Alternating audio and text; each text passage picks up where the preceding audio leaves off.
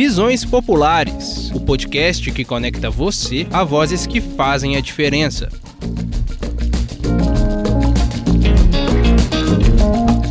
Boa tarde, estamos começando mais um Visões Populares, trazendo para você, querido ouvinte, querida ouvinte, entrevistas exclusivas, produzidas pelo Brasil de Fato de Minas Gerais. Você começa a se sentir um pouco mais parte, assim, né? Você não sente que o cinema é uma coisa tão distante de você, assim. Porque quando a gente só vê nos filmes, assim, sei lá, esse ônibus amarelo de escola norte-americana, né? Ou a praia de Copacabana, quando você vê só essas realidades, você entende que, uma história de um filme é uma história que se passa longe de mim, né? Mas quando você vê um ônibus que você pega todo dia e tem um personagem que tá lá dentro desse ônibus e que a história é sobre esse personagem, que tem reviravoltas, conflitos, etc., eu acho que existe uma possibilidade de se apropriar mais, assim, da arte, né? Então acho que eu e a minha geração, assim, a gente acabou ocupando um lugar que ele estava vazio mesmo, assim. Eu sou a Flora Vilela e essa semana o Visões Populares entrevista um convidado mais que especial. Hoje a gente fala com o Gabriel Martins, sócio fundador da produtora Filmes de Plástico de Contagem. Ele escreveu, dirigiu e participou da construção de vários curtas e longa-metragens, com destaque para os filmes No Coração do Mundo, de 2019, e Marte 1, de 2022. Por hoje a gente conversa sobre a sua trajetória, a história da Filmes de Plástico, a democratização do cinema no Brasil e a projeção que o cinema nacional tem ganhado internacionalmente. Então não se esquece de curtir, compartilhar o episódio com quem se interessa por esses temas e comentar por aqui o que achou da entrevista. E bora começar! Brasil de Fato, uma visão popular de Minas Gerais, do Brasil e do mundo. Para começar, acho que sempre é bom pedir, né? Queria que você se apresentasse para nossa audiência, para os nossos ouvintes, contasse um pouquinho da sua trajetória.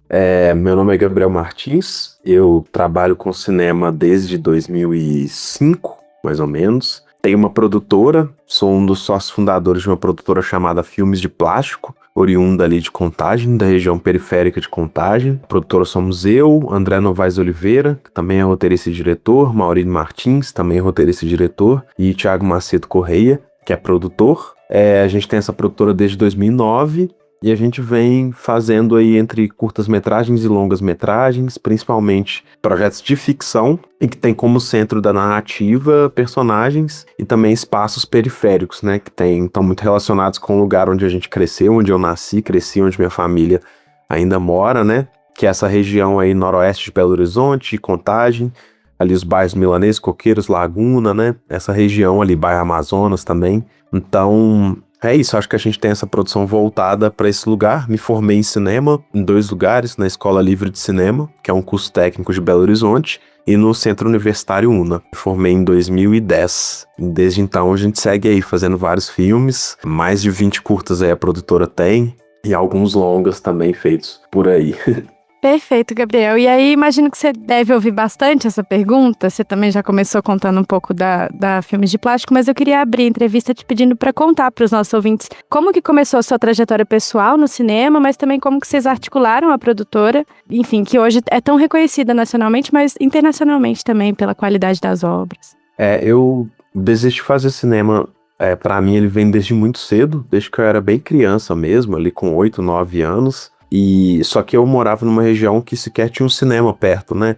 Ali a região onde eu cresci não tinha muitos projetos relacionados a isso, né? Então não fazia muito parte da minha realidade conseguir fazer oficinas de cinema sequer, assim, perto de onde eu cresci, né? Onde eu morava.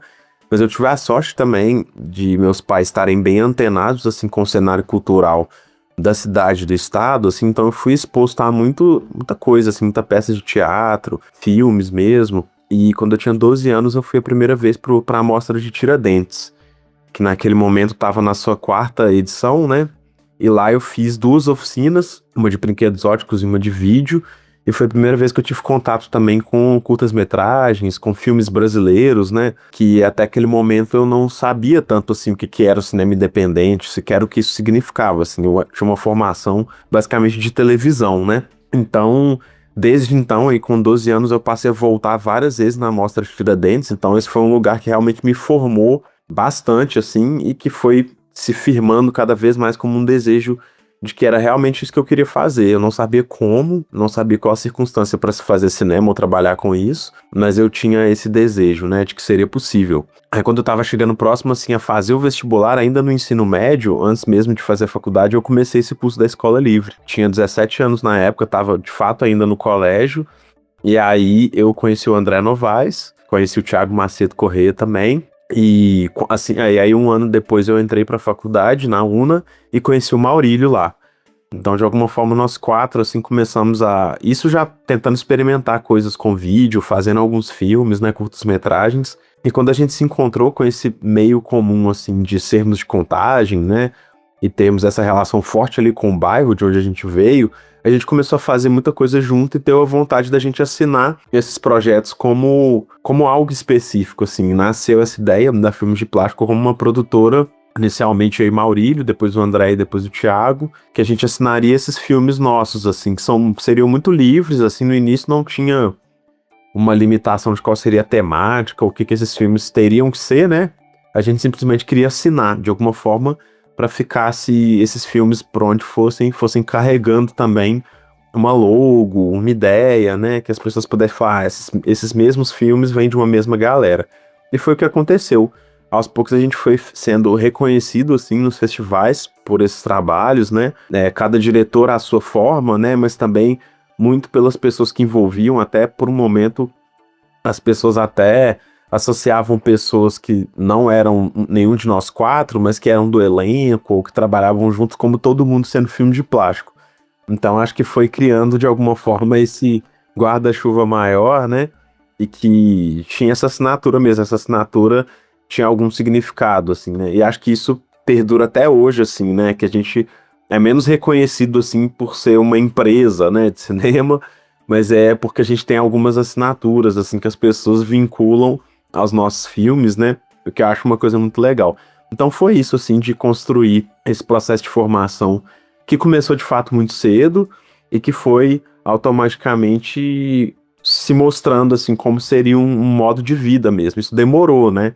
Para ser uma profissão mesmo, assim, cheguei a trabalhar um tempo na Rede Minas como editor, fiz muito freela em publicidade, institucional, mas aí, em algum momento, o cinema começou a firmar mais, eu consegui trabalhar mais e tô nessa profissão até hoje. Bacana demais, e eu acho que é muito reconhecível mesmo, né, essa identidade toda que, de alguma maneira, você bate o olho num filme de vocês e já entende que é da Filmes de Plástico, né, tem toda uma identidade. E aí, um pouco nesse sentido que você trouxe da história de construção de vocês, como uma leiga, mas acompanhando algumas das obras, né, sempre chamou a atenção essa proximidade, essa sensação de pertencimento que ver a cidade presente ali também desperta na gente, né? E aí eu cito aqui tanto o próprio Marte 1, mas um outro filme também, O Dia em que Te Conheci, também passa muito essa sensação para quem é daqui de Belo Horizonte. E aqui em Belo Horizonte, na metropolitana de maneira geral, os movimentos de cultura lutam muito e defendem muito essa apropriação do espaço urbano, que a gente possa circular pela cidade, ocupar a cidade. Queria entender se você enxerga o cinema como, nesse sentido, como uma forma de ocupar a cidade, e por que é importante isso para quem vive, esse reconhecimento, para quem vive, para quem trabalha nesses grandes centros como é Belo Horizonte, região metropolitana, né? Massa. Eu acho que, antes de tudo, assim, a gente tá falando de uma cinematografia que, em grande volume, né, filmes sobre a região metropolitana de Belo Horizonte, ela é relativamente recente, né, porque não é como se a gente pudesse apontar, assim, 20 longas-metragens de ficção dos anos 70, que falam sobre Belo Horizonte, sobre a periferia de Belo Horizonte. A gente não tem esses filmes, né, esses filmes basicamente não existem, assim, com esse volume, né, então o que a minha geração, assim, né, não só filmes de plástico, mas, enfim, várias produtoras aí, irmãs, né, a Navilhana, Catásia também, né, com Afonso Show, João Dumans, Filmes de Quintal também, várias produtoras aqui, Ponta de Anzol, que entre Vendura, que entre ficção e documentário, começaram a construir aí nos anos 2000, 2010, né, um volume de obras, assim, que levou até a ser reconhecido como um cinema mineiro, que para muita gente no Brasil é o cinema favorito, assim, de muita gente, né, isso eu já ouvi falar de várias pessoas, né, texto sobre isso, que esses cinemas, esse tipo de cinema move muito, assim, que em geral, dessas pessoas que eu citei, envolve algum tipo de saga sobre essa classe trabalhadora e, além disso, simplesmente documentar, né, esses espaços, né, esses vários espaços do centro até os prédios aqui da região da capital, região leste, região noroeste, região sul, as periferias todas, Betim, Contagem, Sabará. Então acho que tem uma série de documentar, né, esse lugar que eu acho que é tão ausente historicamente, né, que as pessoas, né, quando vão ver isso, espectadores, assim, você começa a se sentir um pouco mais parte, assim, né, você não sente que o cinema é uma coisa tão distante de você, assim, porque quando a gente só vê nos filmes, assim, sei lá, esse ônibus amarelo de escola norte-americana, né, ou a praia de Copacabana, quando você vê só essas realidades, você entende que, uma história de um filme é uma história que se passa longe de mim, né? Mas quando você vê um ônibus que você pega todo dia e tem um personagem que tá lá dentro desse ônibus e que a história é sobre esse personagem, que tem reviravoltas, conflitos, etc., eu acho que existe uma possibilidade de se apropriar mais, assim, da arte, né? Então acho que eu e a minha geração, assim, a gente acabou ocupando um lugar que ele estava vazio mesmo, assim. E acho que por ele estar vazio, ele teve um frescor, né? Tem um frescor, né? Como eu falei, ainda é uma coisa muito recente. E eu acho que esse lugar da gente ocupar a cidade refletiu nas pessoas daqui como algo forte. Porque eu acho que também, assim, no meio artístico, profissional de tentar fazer cinema, a minha geração cresceu um pouco com a ideia de que tinha que sair de Belo Horizonte para poder dar certo. Tinha que ir para São Paulo ou Rio, né? Para poder efetivamente trabalhar com isso. E foi a história de muitas pessoas que se formaram comigo, que estudaram comigo, foi a sair daqui, né? E a gente fez um movimento contrário de ficar aqui, né? Ficar aqui, gostar de estar aqui, não pretendemos sair daqui, né? A gente tem uma sede da produtora aqui, a gente não vai se mudar da cidade, a gente gosta de viver aqui. E eu acho que todo esse processo também vem por trazer uma identificação forte, assim, porque a gente tem muitas histórias para contar sobre a cidade, né? E eu acho que isso também se reflete nas pessoas que querem ver essas histórias, né? Bacana demais. Bom, e aí mudando um pouco de assunto, mas também seguindo falando de cinema nacional, né? O cinema brasileiro tá ganhando o mundo aí. Nos últimos anos a gente teve 2 filmes concorrendo ao Oscar, inclusive o Ainda Estou Aqui premiado em 2025. E apesar dessa grande torcida que a gente também mobilizou para esses filmes, tem muito questionamento sobre a própria cerimônia do Oscar, sobre o que significam essas premiações, né? E aí queria entender de você como que você enxerga essa projeção internacional do cinema brasileiro e essas contradições que permeiam ela também. Eu acho que essas produções, esses êxitos assim, individuais, né, eles carregam de alguma forma um desejo coletivo de ver o cinema brasileiro se dar bem internacionalmente, mas na prática muitas vezes refletem mais recompensas individuais mesmo, assim, né? Que acho que a gente também, quando a gente pega esse exemplo desses 2 filmes, a gente não consegue necessariamente dizer que tem uma onda, assim, de cinema brasileiro, porque esses 2 filmes representam a exceção da exceção da exceção da exceção, né? São produções bem caras, né? Em termos de orçamento para filmes brasileiros, e além de serem muito caras, com um aporte financeiro muito grande, com cineastas de carreiras muito consolidadas internacionalmente, né? Então não é como se esse ano, assim, agora, que é um ano que a princípio a gente não tem nenhum cineasta do tamanho do Kleber ou do Walter, assim, no páreo para o Oscar, né? Pelo menos não até o momento, né, na conversa. Não é como se fosse surgir uma pessoa do nada e fosse conseguir ocupar esse lugar, porque não existe estruturalmente no cinema brasileiro ainda esse aporte de uma forma sólida, né, que não passe por variáveis a todo ano. O que existe é ainda um apoio deficitário, assim, né, para todas as cadeias, né, tanto para a pessoa que decide hoje, assim, eu quero trabalhar com cinema, a pessoa começa amanhã, quem que é essa pessoa? Essa pessoa tá completamente perdida, né, muito pouco amparada, assim, pela indústria, né, e pelas contradições dessa indústria, como você falou. Então eu acho que, de alguma forma, isso vai abrindo caminhos para entender a importância que pode ser, né? Porque a gente também vale falar que o Kleber Mendonça, que é o diretor que chegou em resultados incríveis com Agente Secreto, ele é fruto de uma política muito forte de editais, né? Então o Kleber tem um caminho específico que a gente pode falar que, enfim, essa semente que a gente pode plantar hoje de pluralidade, de pensar em investimentos mais amplos em termos de região, né? O Kleber é um diretor que está no Recife, não saiu de lá, assim como eu não saio daqui. se a gente plantar essa semente, talvez no futuro a gente tenha mais projeções, mais figuras, e não seja tanto a exceção, né, essa presença internacional. Mas no momento essa não é a realidade, acho que isso reflete também como os últimos 10 anos do audiovisual foi bastante infeliz, assim, né, de altos e baixos, assim, muitos altos e muitos baixos, e como a inconsistência, né, ela torna muito difícil, assim, para realmente ter um projeto, né, um projeto de cinema, um projeto sustentável de cinema. Então eu acho que um desafio que a gente enfrenta é, de fato, essa contradição, que esses dois êxitos que a gente teve em anos seguidos, que eles possam ser ferramentas para a gente realmente alimentar investimento aqui, né? Investimentos maiores em várias camadas, assim, né? Que a gente não pense só em quem já tá lá em cima, mas quem tá construindo uma carreira e tentando viver disso, né? Tentando achar o seu caminho, né? Tá certo. E aí, enfim, aprofundando um pouco esse debate mesmo de estrutura, né? Pensando que o cinema é arte, mas também é um trabalho, né? Ele demanda estrutura industrial aqui no Brasil.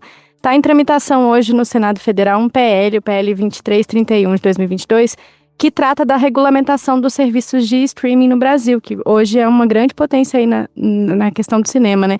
O projeto prevê, então, a cobrança da taxa da Condecine, que é uma contribuição para o desenvolvimento da indústria cinematográfica nacional, sobre o faturamento dessas empresas, que na maior parte delas são empresas estrangeiras, né, que atuam aqui. E, além disso, a imposição de cotas no catálogo, a visibilidade de produções nacionais, enfim, queria entender, da sua perspectiva, se esse tipo de regulamentação é suficiente, se ela é eficiente para suprir essa lacuna. Eu acho que é um caminho de uma política de soberania mesmo nacional que tem que ser muito mais austera, na minha opinião.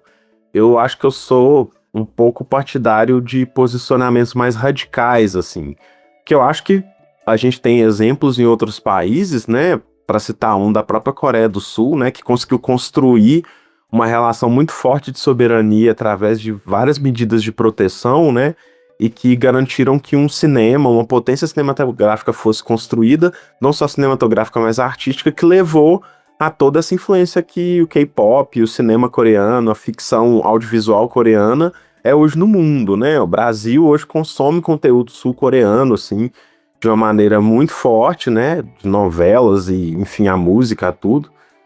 Isso se deu de um investimento, assim, de uma cultura que não se deixa abater por essa invasão estrangeira que sempre vai acontecer, porque no Brasil a gente tem esse histórico, né, de, a partir dos anos 80 aí, o mercado americano invadindo de uma maneira muito agressiva e a gente nunca, de fato, conseguiu trazer esse embate, né, e a gente tem aí aberrações, né, como teve recentemente do filme infantil, né, acho que o Zuzubalândia, que foi sendo programado para os cinemas de uma maneira meio esquisita, assim, só para cumprir a cota de tela. Então a gente tem uma política, assim, muito frágil, que ela efetivamente não protege, assim, o cineasta independente, né, então, assim, para responder sua pergunta, eu não acho que são estágios de uma política que eu acho que precisa ser muito mais eficiente, muito mais combativa, assim, porque eu acho que ainda existe um excesso de negociação, assim, que claro, né, as associações de produtores independentes, várias pessoas estão tentando combater, né,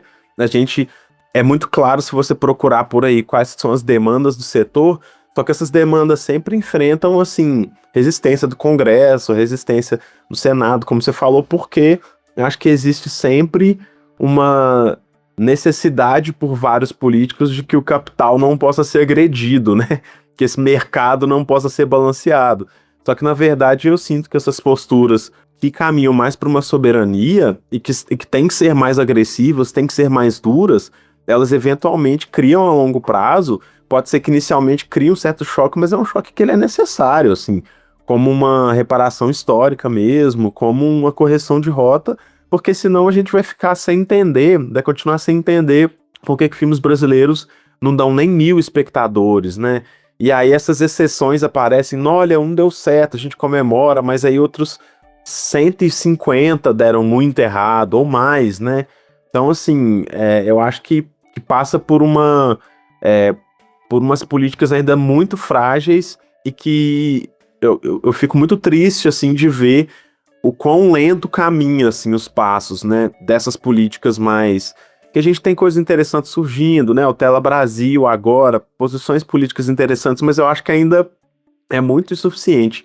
E aí, pra voltar na história lá de início, desde que eu vou a Tiradentes com 12 anos, que o problema já é falado em debates, desde que eu era criança, hoje eu tô com 38 anos, e segue, assim, batendo nas mesmas teclas, e muito pouco, assim, move das cordas, né? Então, enfim, eu acho que a gente... e agora com esse novo cenário dos streamings, é uma posição política importante que se estabeleça sempre essa necessidade de uma soberania nacional mesmo, que os interesses do país e públicos estejam assegurados nesse sentido, né? Espera um momentinho que a gente volta logo depois da vinheta. Brasil de Fato, uma visão popular de Minas Gerais, do Brasil e do mundo. E aí, enfim, num gancho que você trouxe, você mesmo citou o Tela Brasil, que em maio foi lançado pelo governo brasileiro, é uma plataforma, para o nosso ouvinte que não conhece, né, uma plataforma de streaming público e gratuito. O próprio governo afirmou, né, no lançamento, que a iniciativa tem esse objetivo de democratizar o acesso à população brasileira, da cultura brasileira mesmo, a partir dessa ampliação do alcance das produções nacionais. Mas queria entender de você, assim, sobre o Tela Brasil, né? Como que você enxerga essa iniciativa, se ela faz parte dessa política mais agressiva de defesa do cinema brasileiro, mas se ela é suficiente, se ela contribui para a democratização efetivamente. Mas um pouco para além disso também, por que falta para o brasileiro, você tratou um pouco, mas se aproximar dessas produções, né? O que ainda é de lacuna, não tem esses 1.000 espectadores. Você citou um pouco, enfim, mas se quiser aprofundar. Porque eu acho que são passos muito profundos, assim, que nunca é só uma ação dentro do cinema, né? Acho que é a mesma analogia, assim, de pensar que os filmes não dão público porque os filmes são mal lançados, ou porque um filme não fez uma propaganda de marketing certa, né? Eu acho que, assim, essa desconexão entre o público e os filmes, que é real, eu acho que ela vem muito enraizada num processo de cultura mesmo, assim. A cultura, quando a gente fala, é um guarda-chuva muito maior, né?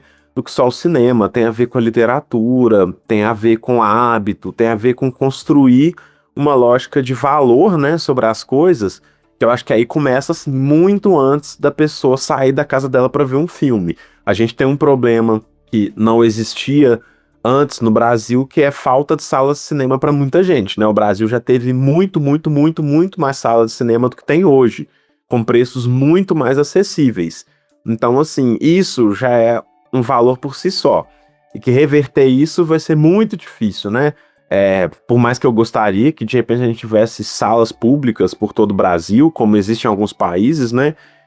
Isso seria incrível, mas é um processo longo que talvez, assim, né, só a oferta não é o suficiente, porque a gente pode pensar, a Cine Humberto Mauro, né, uma sala pública que passa filmes de graça aqui em Belo Horizonte, nem sempre tá ocupado, assim. Então a oferta até tem, sabe? Tem programação lá o dia inteiro. Só que nem sempre as pessoas vão porque a demanda é uma outra história. A demanda diz respeito a você querer sair da sua casa pra ver um filme brasileiro, apostar nisso, entender por que isso é importante. Eu acho que muito aos pouquinhos, talvez até com essa história de Oscar e tal, as pessoas voltam a entender um pouco assim, acho que eu quero... Tô curioso, assim, por cinema brasileiro, acho que eu quero ver. Mas ainda assim eu sinto que existe uma resistência muito grande, um preconceito, acho que uma associação também política estranha com cinema não é pra mim, porque todo cineasta é esquerdista, tem uma série de coisas muito complexas do comportamento do brasileiro agora, de 2026, que acho que exige uma construção longa, assim mesmo, de educacional, né? Acho que tem muitos projetos por aí muito legais que estão fazendo uma introdução forte do cinema nas escolas, né? Porque é um hábito que você constrói de, enfim, entender que o cinema do seu país é importante. Só que aí fica difícil competir, né? Porque tem todo um outro catálogo, né? Que é muito agressivo. E aí, então, assim, acho que são várias etapas conjuntas que levam a esse resultado que talvez a gente espera, que é de uma arte que é valorizada, real, né? Que é pensada como um caminho, pensado como um bem cultural importante para o país, né? Que no momento acho que tem muita gente que não... O exemplo que eu sempre dou, assim, nessas conversas é na época que teve o incêndio, né, na Cinemateca. Foi super triste, super pesado. Só que eu lembro de olhar para aquilo e falar assim, pô, muitas cópias se perdendo, a gente não sabe o que vai resultar disso aí até recuperar. Mas na prática eu tava olhando e eu pensei assim, nossa, eu acho que 70% dos brasileiros ou mais estão descobrindo hoje que existe uma Cinemateca em São Paulo. Quer sabiam que esse lugar existia. Então, assim, pegar fogo ou não, tanto faz, sabe? Para várias pessoas, eu não acho que existe, assim, um valor. Precisaria se importar, né? Com aquilo ali. Então, acho que essa construção é um processo muito longo, principalmente entendendo que hoje em dia faz parte um pouco da cultura não valorizar muito as coisas, né? Tudo é meio supérfluo, tudo é meio superficial. Mas eu acho que é um processo muito amplo, assim, de valor cultural, e o cinema é uma parte disso, assim, né? A Tela Brasil, acho que sem dúvida ajuda nisso, porque a pessoa poder acessar um streaming de graça, ao mesmo tempo tem uma questão da tecnologia digital que ainda não é tão acessível, então também é isso, é um aplicativo, como que eu acesso? É complexo, ou não tá passando assim na TV aberta, sabe? Então talvez é uma coisa que é para ser acessível, mas no fim das contas acaba sendo também para poucos, né? Não isso é necessariamente uma crítica à plataforma, não, porque não tinha muito como ser de um outro jeito. Teria que ser assim, né? Mas eu acho que é um processo de construção de acesso, mas que não é só ele, porque a Tela Brasil tá lá, tá funcionando, vai ter cada vez mais filmes, mas se as pessoas não se importam com aquele conteúdo, com o que tá lá, pra que eu vou acessar, né? Enfim. Tá certo. Bom, e aí mudando um pouquinho de assunto, mas também quase chegando no final da nossa entrevista, eu sei que não dá pra falar muito ainda, mas vai ser lançado o seu próximo longa-metragem, escrito e dirigido por você, que vai chamar Vicentina Pede Desculpas. Queria que você trouxesse pra gente o que você já pode adiantar pra nós sobre essa nova história e pra quando que a gente pode esperar ela. Esse é o meu primeiro projeto de longa-metragem pós-Marte 1, né? Acho que como você falou, ainda é um momento que não dá pra falar muita coisa, assim, volto super com prazer pra falar mais pra frente com o filme lançado. É um filme que vai ser lançado esse ano ainda, em 2026. É um filme que fala sobre uma história de um acidente que acontece em Belo Horizonte. É um acidente de ônibus, né, cujo motorista é culpado sobre esse acidente, é lido publicamente como culpado do acidente, e a gente acompanha a mãe desse personagem. Então é um filme sobre luto, né? Um filme que tem como personagem principal a Regiane Faria, que é uma atriz que eu venho trabalhando com ela já há um bom tempo.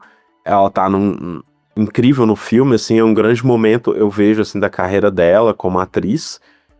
Embora ela já esteja fazendo muitas coisas com muito destaque, eu acho que esse filme é um capítulo especial. E é isso, assim, um projeto da Filmes de Plástico, minha produtora, em parceria com a Netflix, né? Primeira incursão nossa nessa parceria. E um projeto que eu tô bem ansioso, assim, pra compartilhar com todo mundo aí. Mais um filme passado em Belo Horizonte, né? Que fala também muito da cidade. Perfeito. Então, quando ele sair, você volta pra contar pra nós.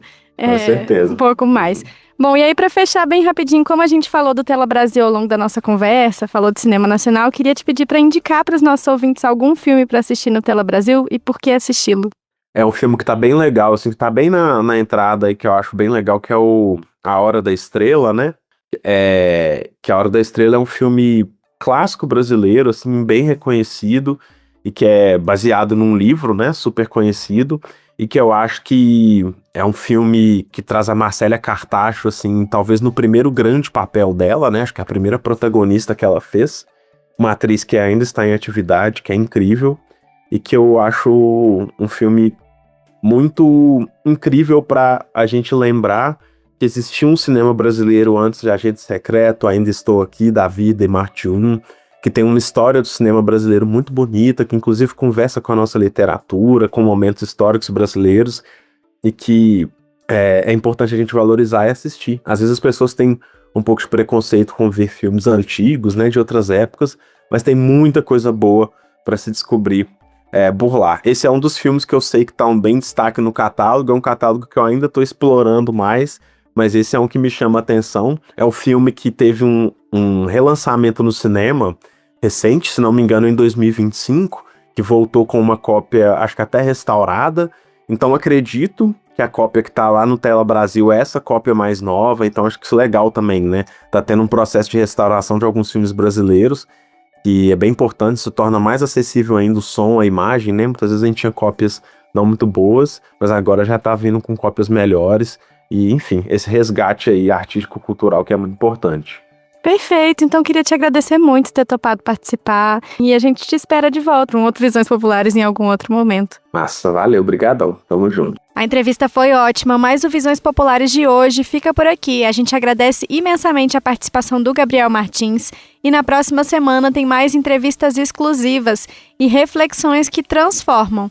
Sempre às quartas-feiras, no canal do Visões Populares no Spotify, na Rádio Autêntica Favela FM, no site ou canal do Brasil de Fato MG no YouTube. Se você está ouvindo a gente pelo Spotify ou pelo YouTube, comenta por aqui o que você achou dessa conversa. Não se esqueça também de compartilhar esse episódio com os amigos, de dar 5 estrelas pro podcast, enfim, de divulgar bastante. Se você está ouvindo a gente pela rádio, perdeu alguma parte do episódio, quer ouvir de novo ou quer compartilhar com os amigos, é só buscar o Visões Populares lá no YouTube ou no Spotify. Acompanhe também o Brasil de Fato MG nas redes sociais para você não perder nenhuma novidade e até lá! Se encerra aqui o Visões Populares, análises e reflexões sobre os temas que impactam o nosso dia a dia.